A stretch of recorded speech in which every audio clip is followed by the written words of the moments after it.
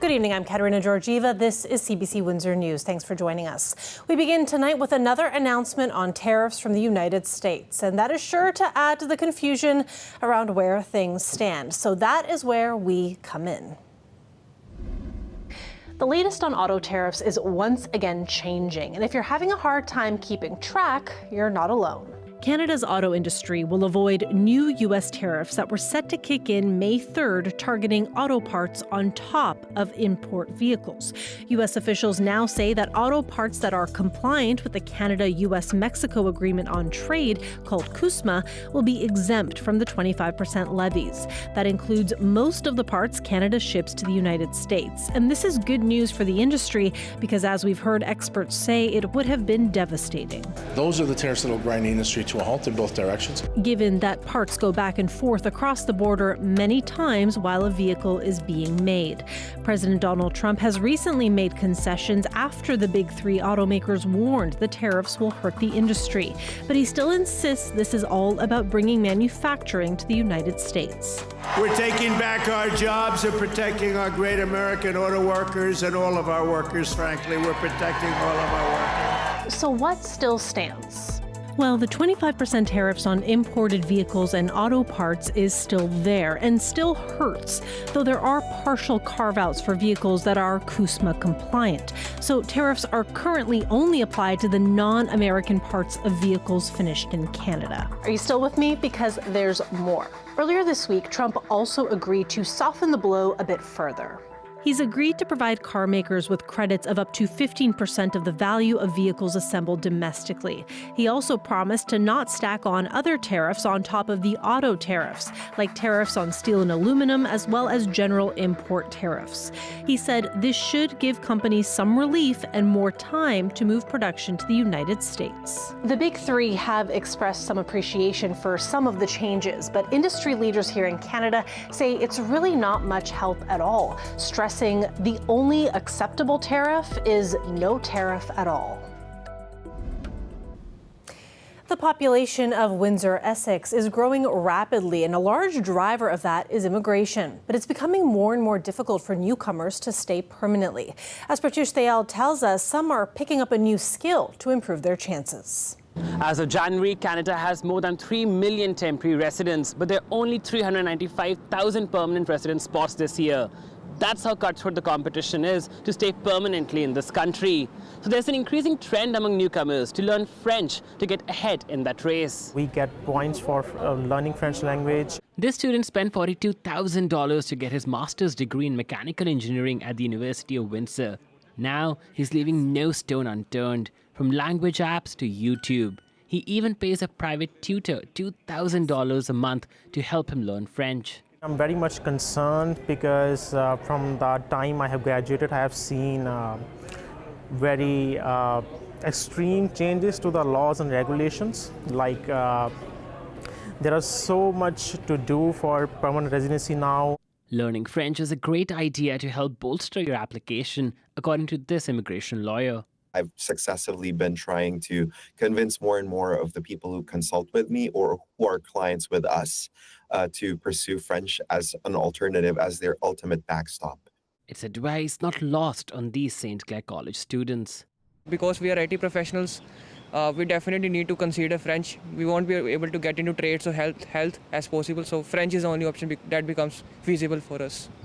But somehow some of the people who succeed in French, it would be great scope for them to getting permanent resident of this country. We are seeing an increase right now in international students. The enthusiasm for French programs is being felt at Boreal College. Its director here says it's something they're seeing online and at campuses all over the province. That's good news, and I think that there's a lot of interest in learning French for many reasons. I think that express entry is one, but also there's a curiosity for official languages as well, and a desire to partake in that.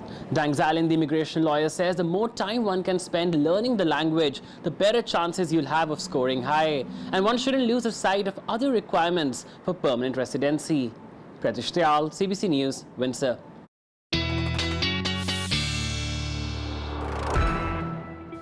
Colette Kennedy is with us now for our first look at weather. How's it looking this Friday evening, Colette? Well, it is very busy, very active, the weather across the United States. Look at all those lightning strikes, but there's an area of low pressure kind of pushing towards us. It doesn't move into Ontario, but it gets close enough that we'll have some rain rotating around that as it kind of gets cut off. So that will change some things, your plans for the weekend, but it's not all bad. Tonight, rain 8 degrees. Tomorrow will break out a bit, 15 for the high. Okay, sounds good. Thanks so much, Colette. Back to auto news now. General Motors Canada says starting this fall, it is cutting one of 3 shifts at its plant in Oshawa. The union representing workers there is accusing GM of bartering Canadian jobs to appease Donald Trump. Nisha Patel has the latest.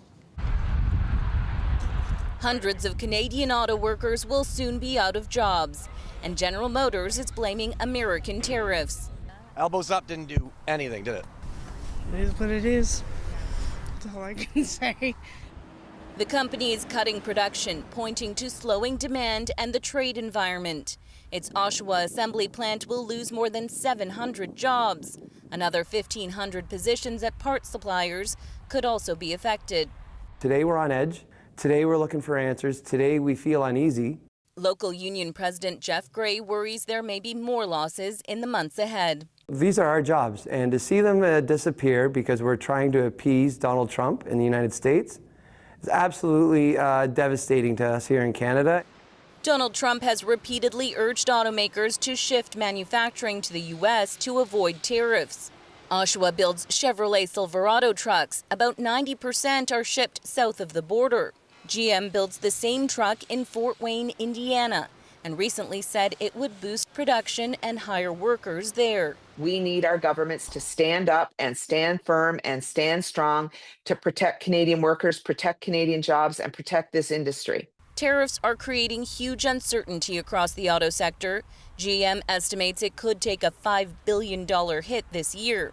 In Windsor, Stellantis has already paused production twice over tariffs. The plan is to avoid any further shift shutdowns or production losses, but the reality is there are things that are outside of our control right now. GM says it will reduce Oshawa truck exports to the U.S. and will reorient this plant to build more vehicles here for Canadian customers starting this fall. Nisha Patel, CBC News, Oshawa, Ontario. Politicians are promising to support workers following news of those coming job losses. Queen's Park reporter Lorenda Redekop has more on what they're saying. In Prime Minister Mark Carney's first news conference since the election, he had a message for GM workers in Oshawa. Deepest, sympathy for them and their families, a very difficult time. He reminded people that he's committed to spending all the money coming in from Canadian counter tariffs on supporting people affected. And he had a message for companies. Making sure that companies act in true partnership as well in maintaining employment and investment in Canada. And if not, there will be consequences for those companies. So what could those consequences for auto companies be? The head of the union representing auto workers has an idea. Lana Payne has also advised the government on tariff response as part of the Prime Minister's Council on Canada-U.S. relations. One of our recommendations was if you built here, then you would get an exemption from any retaliatory tariffs that Canada would apply. And our position is right now, the Canadian government's going to have to look at that exemption that they've given General Motors. Premier Doug Ford responded on social media, calling the news extremely tough, saying we will continue to fight every single day to attract new investment, secure good-paying jobs, and support workers and their families. This week, even before this news from Oshawa, the NDP opposition raised concerns about auto jobs. Auto workers in Windsor are already off the job thanks to closures at Stellantis, temporary closures. She'd like to see more immediate help from the government. It's one thing to put protections in place down the road to try to get people back to work. We will need to do that. But we got to fight right now to stop those jobs from leaving Ontario, and that's not what I'm hearing from this government. And at that Windsor Stellantis plant, thousands of workers will also be off the job next week, temporarily, though the company says it's not due to tariffs, but transitioning to building next year's vehicle models. Our plan, which we'll unveil on May 15th. More details on how the province will support workers and how much it'll spend are expected in 2 weeks in the Ontario budget. Lorenda Redekop, CBC News, Toronto. 7 years after the alleged incident, the woman at the heart of the sexual assault trial of 5 former World Junior hockey players started her testimony today in a London, Ontario court. CBC's Katie Nicholson has the story. Before she even testified, a cluster of supporters outside the London courthouse. Break the silence, end the violence. They chanted as the accused walked by. Among the crowd, longtime feminist and advocate Judy Rebeck, who wanted to show support for the complainant, known only as EM. I think she's shown amazing courage. Former World Junior hockey players Michael McLeod, Cal Foote, Dylan Dubé, Alex Formanton, and Carter Hart are all charged with sexually assaulting a then 20-year-old woman in June of 2018. They have all pleaded not guilty. Court has heard how EM met McLeod at Jack's, where the team was partying. They danced and eventually went to his hotel room where they had sex. Court heard he texted teammates. Who wants to be in a three-way? Quick, 209, Mikey. The Crown says EM did not consent to the alleged sexual acts which followed. Court also heard evidence from teammate Boris Kachuk, who was briefly in room 209. He said McLeod offered him oral sex, he presumed from EM, but he did not take the offer seriously and left. EM testified she was hesitant to go out that night. She recalls being introduced to a man named Mikey and that he seemed interested and they did a shot together. She said she drank an excessive amount, including 8 shots at the bar, and that her inhibitions were lowered and her vision was blurry. She recalled an older man acting as what she described as a wingman for Mikey, who made it seem like he was a good guy. Later, she would leave the bar and have sex with Michael McLeod. That act is not the focus of the trial. Advocates of sexual assault survivors are paying close attention to how she's treated in court. I'm going to be watching closely to see how the complainant on the stand is treated and if she is subject to the typical tropes and allegations against her character that we so often see in these types of trials. EM is expected to continue testifying Monday and will then face cross-examination from the 5 legal teams representing the accused. Katie Nicholson, CBC News, London, Ontario. Prime Minister Mark Carney is going to meet U.S. President Donald Trump at the White House next week. Carney made the announcement at a press conference in Ottawa. Ashley Burke has more. Mark Carney campaigned on a promise to take on Donald Trump and win. Now one of his first tests. I had a very constructive call with President Trump, and we agreed to meet next Tuesday in Washington. The newly elected prime minister says that meeting will focus on Trump's trade war and their path forward after Carney declared their old relationship dead. Are you interested in rebuilding relations with Canada? I think we're going to have a great relationship. He called me up yesterday. He said, let's make a deal. Carney says Trump didn't mention absorbing Canada on that call, but his administration has been clear it's still the president's goal. He respects, as others who are good negotiators, and he's one of the best negotiators, they respect strength. To show strength, during this trip to London before the election, Carney asked the King if he'd be open to delivering Canada's speech from the throne. Now King Charles has accepted the invitation. It is actually quite a coup to have such a monumental visit so early in his term. Jason Easton, a former trade advisor to Prime Minister Trudeau, says Trump likes the royals, and Carney's move sends a strong message. Having the King deliver the throne speech and opening this session of Parliament is the clearest and loudest demonstration yet that Canada's sovereignty is not up for negotiation. Trump's ambushed leaders before during negotiations, like Ukraine's president. You're in no position to dictate what we're going to feel. Carney says he's going into the meeting prepared and expects difficult but constructive conversations. I'm not pretending those discussions will be easy or they won't proceed in a straight line. There will be zigs and zags, ups and downs. But as I said in my remarks, I will fight for the best deal for Canada. And warns that could take time. Do not expect white smoke out of that meeting. This is an introductory set of meetings, but Carney says the amount of time and access to senior White House officials suggests these are serious talks. Ashley Burke, CBC News, Ottawa. A live look outside there. When we come back, Jay Leno meets Jay Leno. We'll have that neat local story for you right after the break.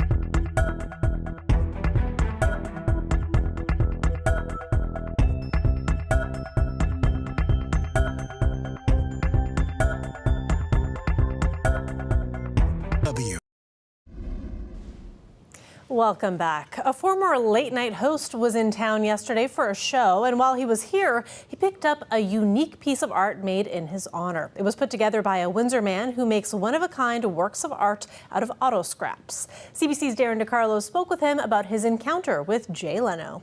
He just loved it. He thought it was fantastic, and the caricature and the likeness of him, as well as my friend Glenn Hawkes. He's the artist, a Windsor artist that helps me paint them. He paints the faces, and he just nails it every time. He's really good at a caricature and someone's features to resemble them. And Jay was really impressed, of course. He really liked it. Hello, my name's Peter Sully, and I'm an automotive auto parts artist. It takes about 40 hours to build one. The rim's off a 2500 diesel pickup. The resonators are off a big bus. The muffler's off a big diesel pickup truck. The canister is actually a balloon helium canister. The fingers are art metal rods, square bar. The belt buckle's a big brake pad. The belt's a timing chain off a car. The parts, just various parts we have around the shop that I fabricate and save and clean up and then visualize how to put them together and make a caricature out of someone that I think is worthy of doing. This sculpture here is actually going back to the shop for a little bit, and then we're going to ship it over to Stahl's Automotive Museum in Michigan. They're good friends with Jay Leno, and we're going to put it in their museum for a while, and then when they have something going down to Burbank, California, they're going to ship it to Jay Leno's garage when they have the opportunity, which is great, because for me to ship it, it's extremely expensive and it's difficult as well. I'm definitely on cloud nine.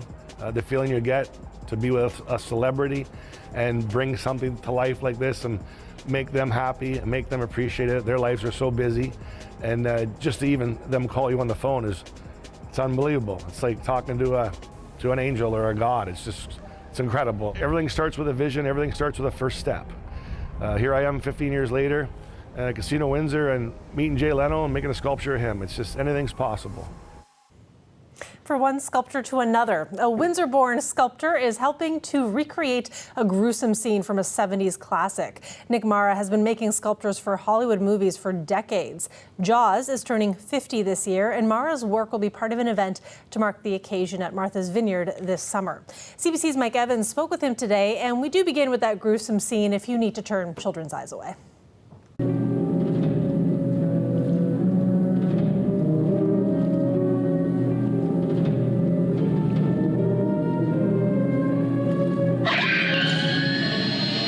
Head in the boat, the biggest jump scare probably in movie history. I remember I saw it at the Odeon in Windsor in 1975 in August. I wanted to sculpt the actor Craig Kingsbury and make sure that it looks like him. And then the client who approached me is like, well, I'm going to be building the hull of the boat.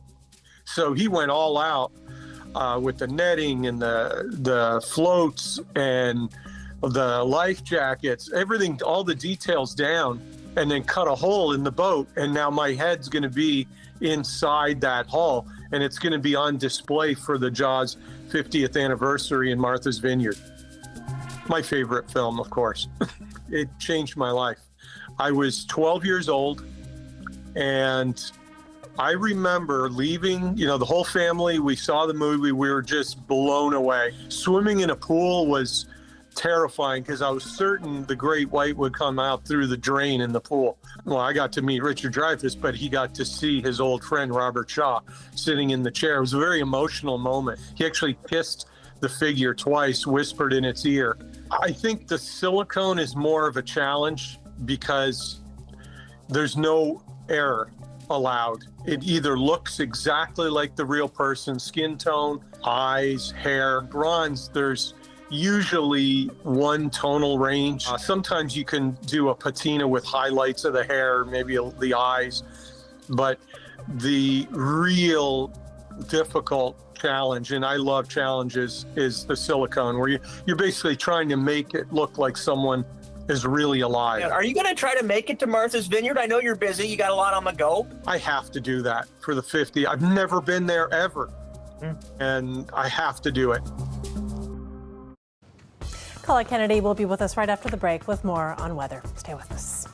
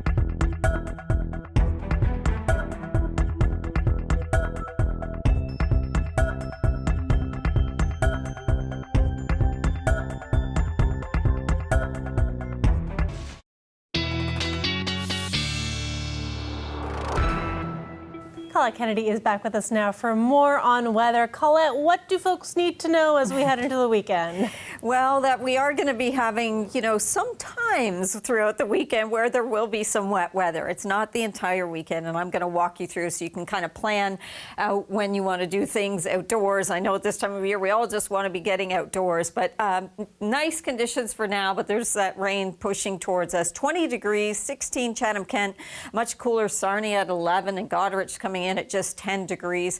Those winds coming in essentially off the water in those locations. It's not having such a problem or posing such a problem for us in Windsor, but that is a north to northwesterly flow that we're getting. So a few of these little isolated showers here.